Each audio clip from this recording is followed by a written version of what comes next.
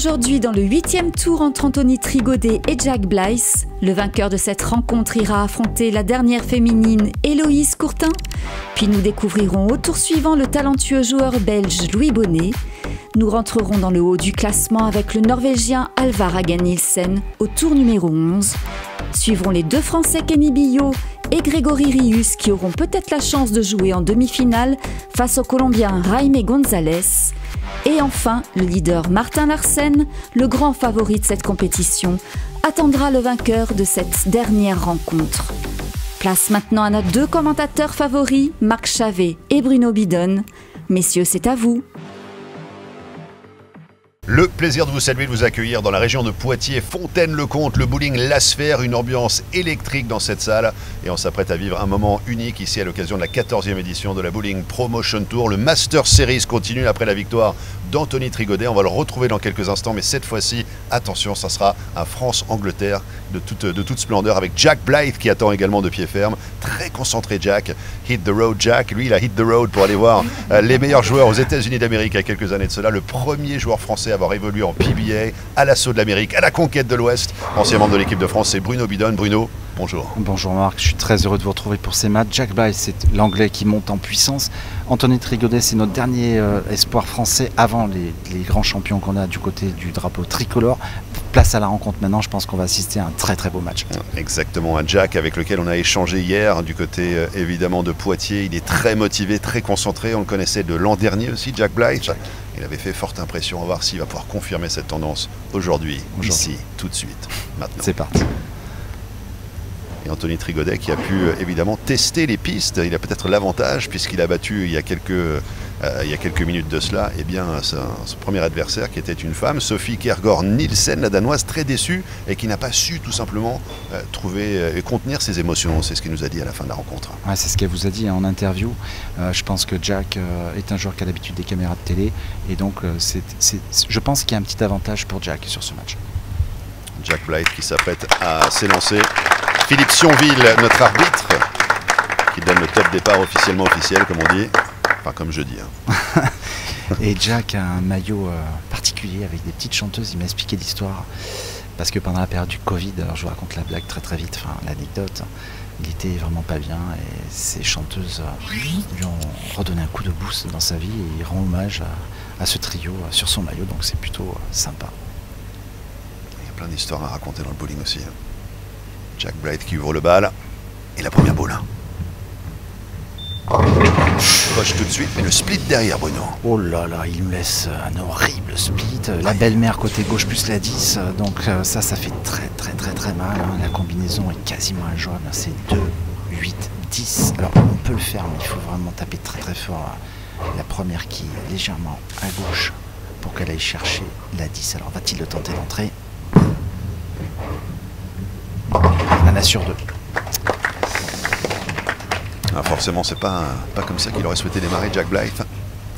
Alors là, on joue scratch, hein, Marc. C'est 2 hommes, il n'y a pas de bonus. Donc le match va être relativement serré. Mais Anthony n'a encore rien à perdre. En plus, si en plus Jack lui laisse un split d'entrée, il va jouer un petit peu plus décontracté. Et donc le Français pourrait, à mon avis, bien partir. On va voir. Et puis Anthony, on le disait, hein, qui va pouvoir tirer profit de sa victoire précédente face à la danoise.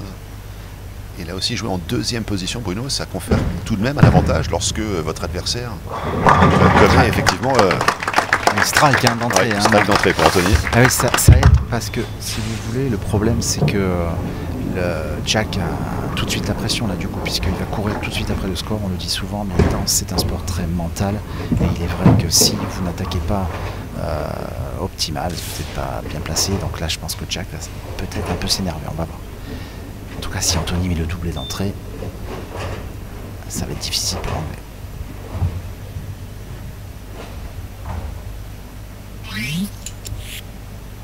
Finalement il part de la plus belle des manières, Anthony Trigodet, comme tout à l'heure. Alors son match d'ouverture, est-ce qu'il peut continuer à bâtir? C'est ce qu'on va découvrir tout de suite. Il est bien capable, elle est bien partie cette boule. Ah, superbe!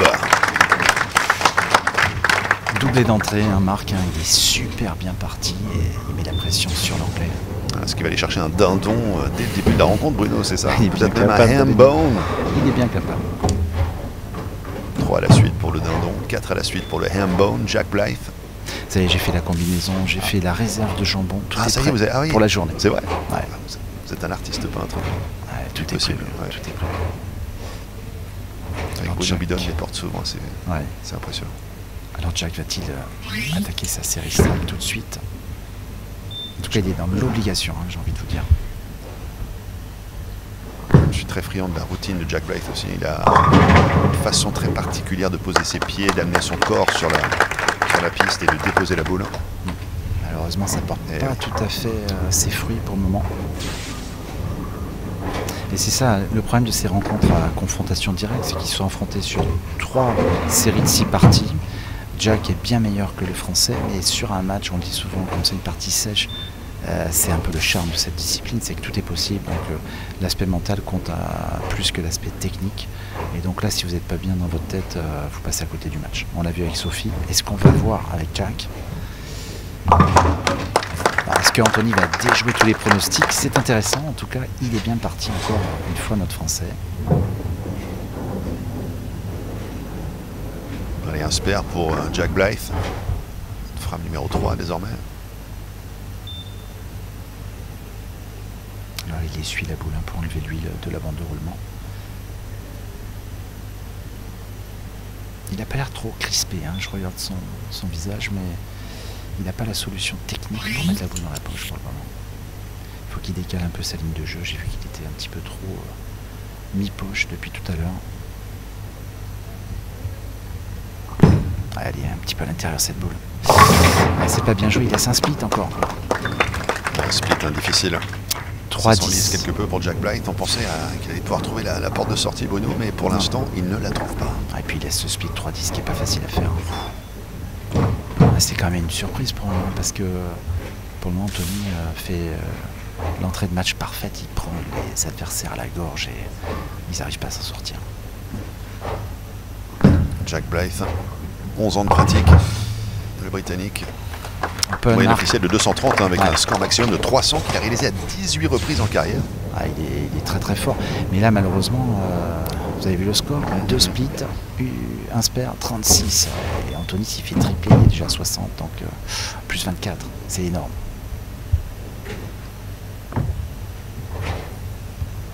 Anthony pourrait se détacher en effet avec un triple X, un 3e strike. Il dégage, il n'a pas de pression, ça se voit, il joue crânement sa chance.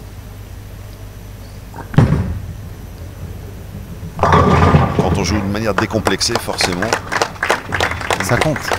Plus facile d'atteindre sa cible, son objectif. Là par contre il en laisse une, Anthony. Il nous laisse sa petite qui 6, mais relativement facile.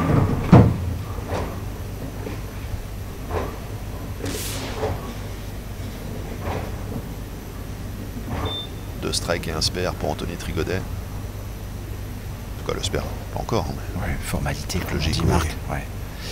Il ne devrait pas le rater normalement. Ça, évidemment, c'est ce qui différencie aussi les vrais joueurs des joueurs amateurs. Hein, quand on joue le samedi soir avec les copains, il reste une quille, quelquefois on est capable de la rater. Ah oui. Surtout les quilles de coin, la 7 ou la 10, c'est pas facile. Bien sûr. Un amateur.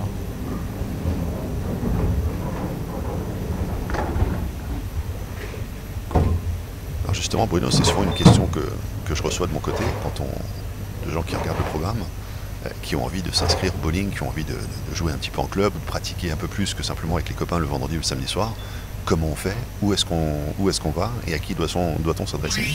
Alors c'est assez simple, hein. Vous allez dans un bowling, vous demandez au centre s'il y a un club affilié à la Fédération française de bowling et sport de quilles, et vous rentrez dans une structure qui vous accueille, un club sportif. Et à partir de là, vous avez des animateurs qui vont pouvoir vous former. Vous allez monter en gamme, vous allez acheter du matériel et ça va très très bien se passer. C'est un sport qui demande pas mal de qualité, mais en même temps très convivial au départ. Et pour former quand même un bon joueur, il faut entre 4 et 5 ans de pratique. 4 à 5 ans de pratique. C'est le minimum pour former un joueur. Par exemple, comme Anthony Trigodet, qui est pas loin de 200 de moyenne, il faut entre 6 et 7 ans minimum. Après, il y a des jeunes joueurs, au bout de 4-5 ans, ils sont très doués, ils arrivent à performer tout de suite. Mais en général, c'est un sport de d'adresse, de concentration et de maîtrise de soi. Donc il faut un petit peu de temps. Pas de problème pour le spare. Anthony, 2 strikes, 2 spares pour l'instant. Ouais, bien joué. Il est très très bien parti, Marc. Je pense que Jack... alors Jack, il faut qu'il enchaîne les strikes. C'est un peu à l'image du match précédent. On avait Sophie qui n'y arrivait pas.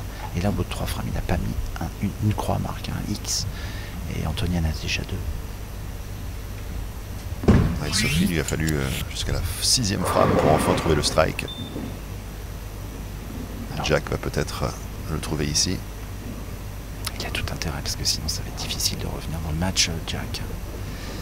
Alors va-t-il changer quelque chose dans son approche? Il a changé de boule, il a pris une boule noire mat. Aïe aïe aïe, toujours une quille rebelle qui ne veut pas se coucher. Et là on voit les gestes parasites, hein. Il se touche la montre, la bouche est crispée, le visage aussi fermé. Ah, il a le masque.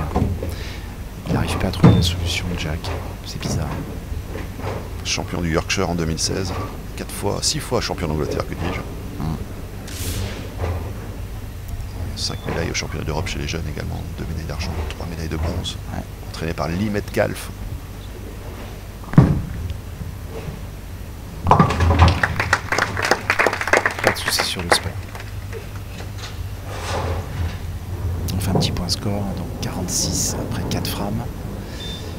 2 trous, et de l'autre côté 78. 78, il y a déjà un gros déficit. Il y a un fossé d'écart. À l'avantage d'Anthony qui gère la perfection depuis l'entame de cette phase finale, Bruno. Ah, il est bien. Ouais. D'ailleurs, il me surprend un petit peu mentalement parce que je le pensais pas aussi solide. Parce qu'il joue 2 joueurs, enfin une joueuse et un joueur meilleur que lui, il le sait, c'est télévisé et ça le gêne pas. Alors est-ce que Jack va commencer à réagir? Ah, ça y est, il a trouvé le strike. 5e frame pour Jack Blythe. À la mi-partie. Alors est-ce que c'est trop tard? J'ai envie de vous dire non, parce que dans ce sport on sait que ça peut aller très très vite, il suffit d'une erreur de l'autre côté. Mais si le Français gère bien la pression, à mon avis, il n'y a pas de souci, il va gagner ce match. On va avoir des indications, je pense, tout de suite sur cette frame 5. Parce que là ça fait quand même 2 boules qu'il n'a pas fait strike. Alors va-t-il répondre à l'anglais? C'est ce qu'on dit souvent, strike d'un côté, il faut répondre, il faut striker de l'autre côté. De strike à strike. Il faut être une sorte de Tarzan du strike finalement. Passer de liane à liane, de strike à strike. Oh, il n'a pas répondu. Ben non. Elle était bien jouée, Marcel. Ouais. Et là, ça fait 3-9. Alors, oui, l'aspect psychologique peut rentrer en ligne de compte. C'est vrai. Parce que Jack, là, moi, à mon avis, je vois pas sa tête. Voilà, là, on voit. Là, Jack, il est très très focus. Il a regardé le score. Il sait que s'il met un triplé, il revient dans le match. C'est ça, toute la force de ce sport. C'est la magie du bowling. C'est-à-dire que sur un spare d'un côté, 2 spares d'un côté, de l'autre côté, 3 strikes, vous revenez dans le coup. Et là, il peut revenir, Jack. Il a une possibilité. Anthony à l'amorce. Allez, c'est parti pour le spare. 3 spares de suite cette fois. Alors là, est-ce que le Français va commencer un gamberger, c'est-à-dire qu'il ne trouve plus le strike? Alors, je vois son... il regarde le score. Déjà, vous voyez, première indication mentale, c'est-à-dire qu'il est en train de se dire, bon, j'ai combien d'avance? Est-ce que je peux revenir? C'est ça le truc.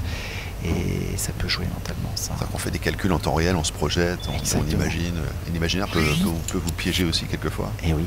On se dit, ah, j'ai plus autant d'avance que ça. Exactement. Ouais, et c'est ça ce qu'il a visualisé. Il s'est dit, bon, Jack, s'il en met 3, il est où? Et il est à côté de moi. Donc ça peut gêner. On va voir si il a chaboule plus décontracté. Bien. Ah, oui. Décontracté et puis conscient de ce qu'il vient d'accomplir également, Anthony, avec ce strike retrouvé de nouveau après 3 spares d'affilée. Ça aussi, c'est une forme de libération, on l'a vu.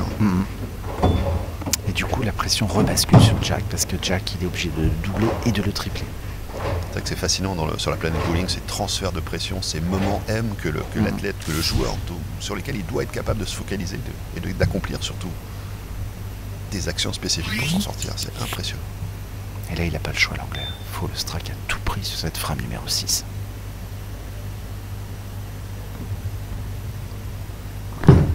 Elle a l'air mieux jouée, cette boule, Marc.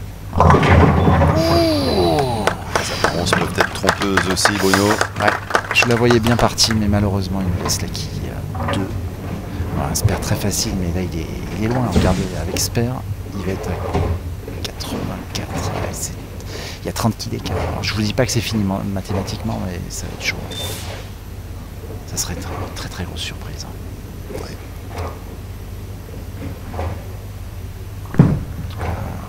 Il joue le spare sans faute. Sans problème pour Jack. J'ai envie de vous dire, Marc Leto se resserre pour l'anglais. Maintenant, c'est quasiment le money time du match. Dès la frappe 7, c'est ça qui est dingue. C'est que si là maintenant il sert pas le jeu, il fait pas strike, c'est fini pour lui. Parce que je vois pas le français faire des resserres. Il est très très focus. Il est très positif. Hein. Je regarde son visage. C'est intéressant d'observer ce qu'ils font aussi pendant que l'autre joueur est en train d'œuvrer sur la piste. Il y a des rituels différents, il y a des choses. On reste actif, on reste mobilisé dans la tête.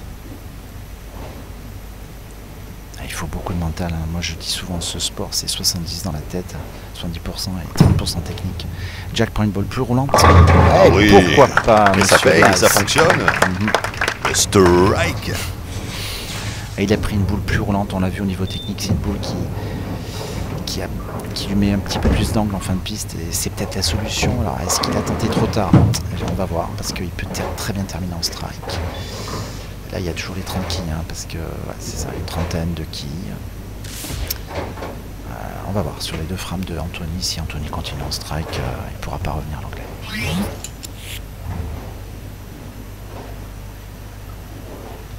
Allez Anthony qui exécute sa routine aussi.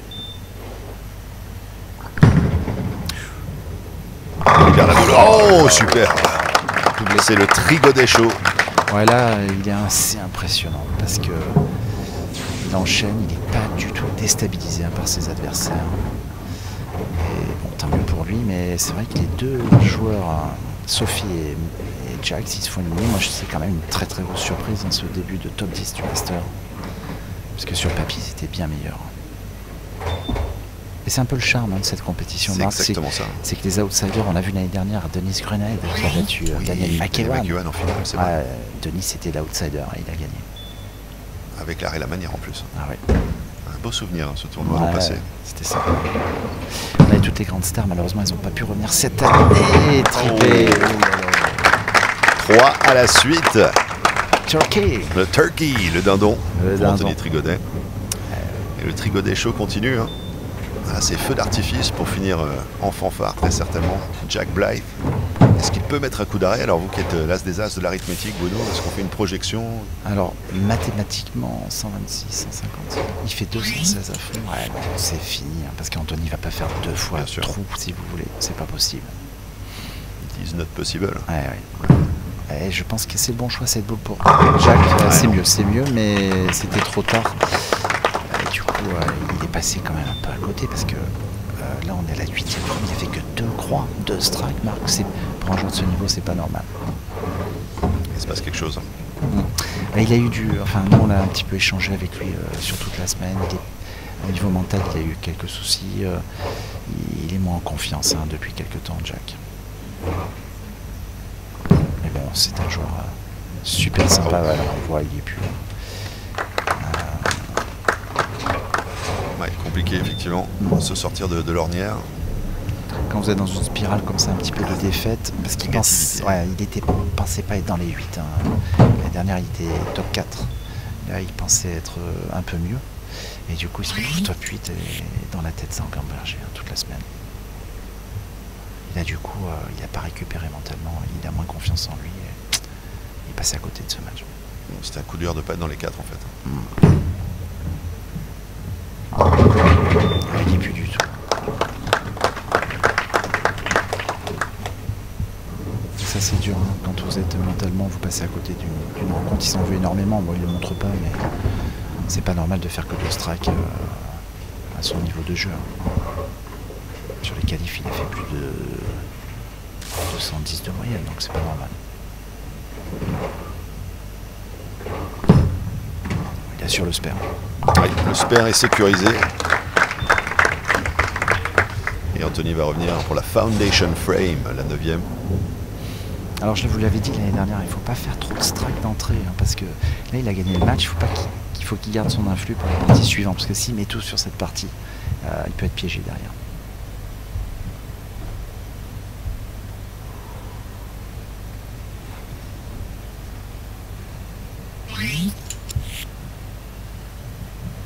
Anthony 207 de moyenne, Jack 210. Il y avait 3 quilles d'écart. Il y avait 70 quilles sur les qualifs. C'est parti pour Anto. Oh, l'approche est magnifique. Et cette quille, on a l'impression qu'elle n'allait pas tomber, mais si elle tombe. Oh, incroyable. C'est une correction, j'ai envie de te dire. C'est Jack, je pense pas qu'il pensait avoir un score aussi impressionnant. Enfin, il fait que des strikes 3-9. Ouais, c'est très très bien. La machine à striker 4 à la suite pour Anthony. Le handbone, ça y est. Je vais devoir lui donner le du jambon. jambon. Bah oui, on vous l'a toujours pas amené. Je vais lui amener après discrètement dans la zone d'interview. Bien sûr. Allez, Anthony, il va sûrement continuer. Et il va aller affronter Héloïse Courtin, la jeune joueuse française. Superbe. Alors Héloïse Courtin, Marc, on va la découvrir tout à l'heure, on l'a déjà vu l'année dernière, c'est très très étrange ce qu'elle fait parce que c'est une gauchère qui joue à deux mains, c'est très rare. La nouvelle technique, le jeu moderne. Quelques-unes. Et alors est-ce que ça va gêner Anthony? Parce qu'elle va aller dans la ligne de jeu, elle va aller faire évoluer l'huile avec lui. Alors moi je pense qu'il y aura une incidence du coup. Ça c'est un point très intéressant, effectivement, tu verras ça et il y a minutieusement. Et les 8 quilles de bonus aussi, d'entrée. 8 quilles de bonus, et avec ce point d'interrogation, puisqu'on sera évidemment sur les traces analogues. Exact. Et elle a suivre après la rencontre suivante le joueur belge Louis Bonnet qui est là à côté de moi dans les tribunes. Il nous écoute lui en plus. Il regarde en fait l'évolution du village. C'est un joueur très technique, qui est un joueur de main mais droitier. Et je pense qu'il regarde un peu ce qui se passe sur la piste pour voir l'évolution du village, la meilleure trajectoire à analyser. Il a dû voir les deux jeux de Jack. C'est vrai que c'est très intéressant, vous avez raison de le préciser Bruno, il y a plusieurs lectures évidemment de la piste, il y a la lecture du novice qui n'a absolument pas conscience du phénomène de l'huilage, et puis il y a la lecture de l'expert qui va prendre toutes ces informations pour les répercuter sur son jeu à lui, lorsqu'il viendra tenter sa chance sur la piste. Voilà, encouragé par le public de la sphère ici, à Fontaine-le-Comte, Anthony Trigodet pour la dernière boule, et le dernier, j'allais dire le dernier strike, mais non. Quoi qu'il en soit, Anto aura fait le nécessaire. On va laisser évidemment le soin à Jack d'en finir. Mais quelle démonstration, Anthony Trigodet, pour une deuxième victoire consécutive. Ça a été un festival depuis l'ouverture des hostilités ici à la Sphère. Ce bowling qui nous accueille pour la deuxième année consécutive. Quel régal, quel plaisir. Et Anthony va poursuivre l'aventure face à Héloïse Courtin. Notre niçoise. C'est ça. Et regardez le score, 254. Un océan d'écart. Ouais, c'est énorme. Le Trigodet show continue. Et Jack, ça serait bien qu'il triple quand même pour sa tête. C'est bon. Maintenant que l'enjeu est plié, qu'il n'y a plus rien à perdre finalement, on est forcément beaucoup plus décomplexé, moins crispé, et plus en capacité d'obtenir les résultats escomptés. Et il va faire un tout petit score, 174 ou 164. S'il fait pas strike, c'est vraiment. Il n'a pas l'habitude. Ah ouais, non, il n'a pas l'habitude. T'as des scores comme ça doit faire mal mentalement, c'est vrai. Et comment on se relève justement après ça? C'est pas facile, surtout quand vous jouez en match télé, parce que vous savez que vous êtes vus, tous les joueurs ont des partenaires, et vous faites une contre-performance. Et Jack, en plus je vous dis, j'ai parlé avec lui cette semaine, c'est un joueur qui est vraiment sympa, il s'investit en plus dans la cause du bowling, il nous a aidé pour pas mal de choses dans cette tournée. Et c'est très très dur, je pense, dans sa tête là. Il va avoir un coup au moral. Il faut qu'il s'arrête peut-être quelques jours, puis repartir sur des nouveaux tournois au mois de novembre, je pense. Il faut qu'il coupe un peu. Faire le vide. Il passe à côté pour la deuxième fois du match aussi. Jack Blythe qui va finir avec 163-254 pour Anthony Trigodet. Quel festival. Le Anthony Show continue. Il affrontera donc Héloïse Courtin à l'occasion de la prochaine rencontre.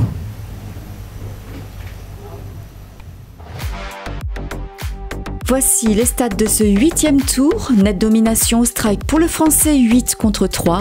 Au niveau des spares, l'anglais en a réalisé 4 contre 3. Mais ce qui fait la différence ici, ce sont les 4 puns laissés par l'anglais, alors que le français n'en a réalisé aucune. Score final 254 à 163 pour Anthony Trigodet, qui continue sa route dans ce master. Et voici maintenant l'interview d'après-match. Aux côtés de Jack Blythe, on parle évidemment du contexte physique au bowling, mais on parle aussi du contexte mental. Jack, we know it's the physical game, but it's also the mental aspect. What happened out there against Anthony? I mean, this week I haven't bowled to my ability at all, and I have been really, really disappointed and very, very hard on myself because I hold myself to such a high standard. But for me, the lanes, I had an idea in practice, and then as we actually started playing the game, the pattern transitioned really, really quickly. So I had to make really, really fast decisions, which I obviously didn't know about. So I think for me, it was just a mental block where I just didn't know where to place the ball, where to get it down the lane, but it's okay.